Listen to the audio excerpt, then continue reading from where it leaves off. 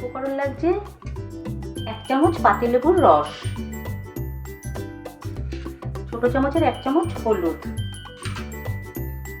1 চামচ চিনি, 1 চামচ আদা টুকরো করে রাখা, কাঁচা লঙ্কা, স্বাদ মতন নুন, আর লাগছে আমার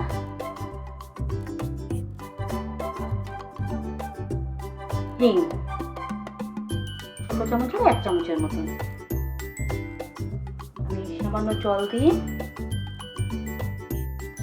এটাকে মিশিয়ে নেব। অল্প জল দেবো এখন।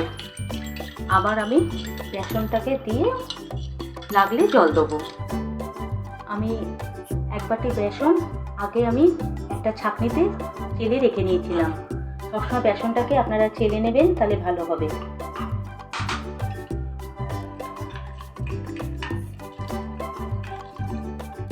অল্প অল্প দেবেন, ভালো করে মেশাতে হবে।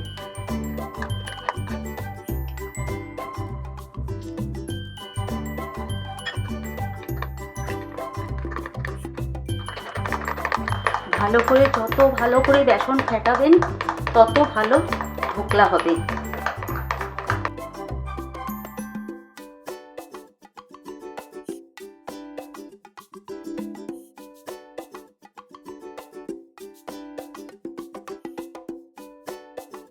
এখন আমি এটাকে আধ ঘন্টার জন্য রেস্টে রেখে দেবো। আধ ঘন্টা বাদে আমি ফিরে দেবো। আধ ঘন্টা হয়ে গেছে। আমি সামান্য এতে তেল দিয়ে দেবো। তেলটা দিলে ভালো সফট হবে। তেলটাকে আগে থেকে গরম করে রেখে দিয়েছিলাম। দিয়ে দিলাম 1 চামচের মতন তেল। ভালো করে আমি মিশিয়ে দিলাম।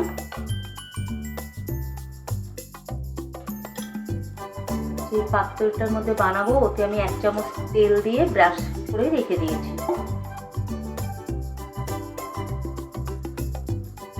প্যাকেট ইনো এখন আমি দিয়ে দেবো। ইনো দিয়ে ভালো করে মিশিয়ে দেবো।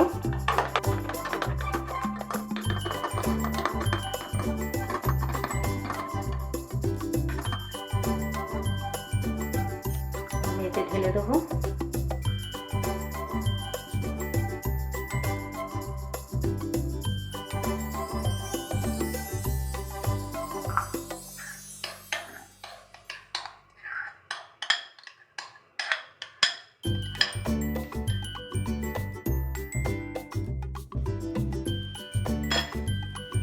একটু ট্যাপ করে দেবো।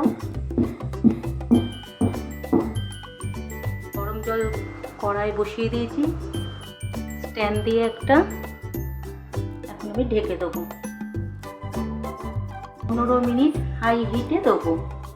একদম ঢাকা চাপা দিয়ে দিলাম। 15 মিনিটের আগে আমি খুলবো না, ঢাকনা খুলবো না। 15 মিনিট বাদে আমি ফেরত আসছি। একদম হয়ে গেছে। এখন আমি গ্যাস বন্ধ করে দেবো। দিয়ে 10 মিনিট বাদে আমি ঢাকাটা খুলবো। যতক্ষণ ঢোকলাটা ঠান্ডা হচ্ছে আমি একটা তড়কা লাগাবো। তেল দিয়ে দিলাম, সাদা তেল। 1 চামচ সর্ষে দিয়ে দিলাম। 4টে কাঁচা লঙ্কা মধ্যেখান থেকে কেটে দিয়ে দিলাম।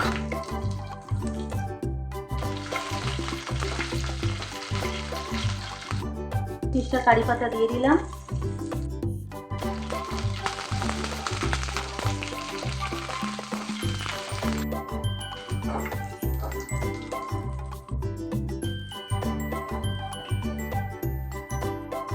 আমি 1 কাপ জল দিয়ে দিলাম। 1 চামচ লেবুর রস দিয়ে দিলাম। 2 চামচ চিনি দিয়ে দিলাম। কত নুন দিয়ে দিলাম।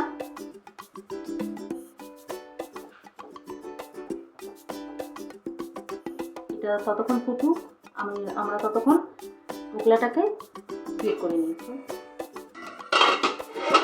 একদম ঠান্ডা হয়ে গেছে।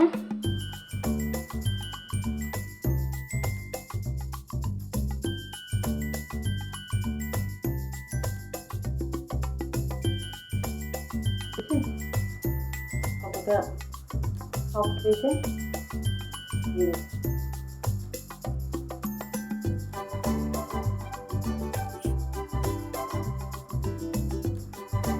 পুরোটা কিরকম বেরিয়ে এসছে দেখেছেন, একটু লেগে নেই। আমি এখন পিস করে নিচ্ছি। পিসটা যার যার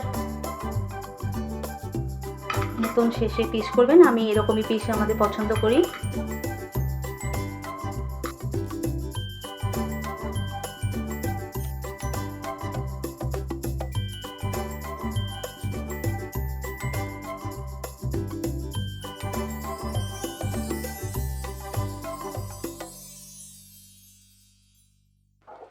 হয়ে গেছে আমার, জালিদার হয়েছে দেখুন,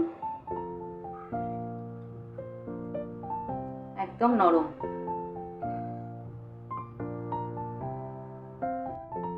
একটু গরম থাকতে থাকতে এর ওপর দিয়ে সব দিয়ে দিতে হবে, বেশি ঠান্ডা হয়ে গেলে ফুটবে না জুসটা।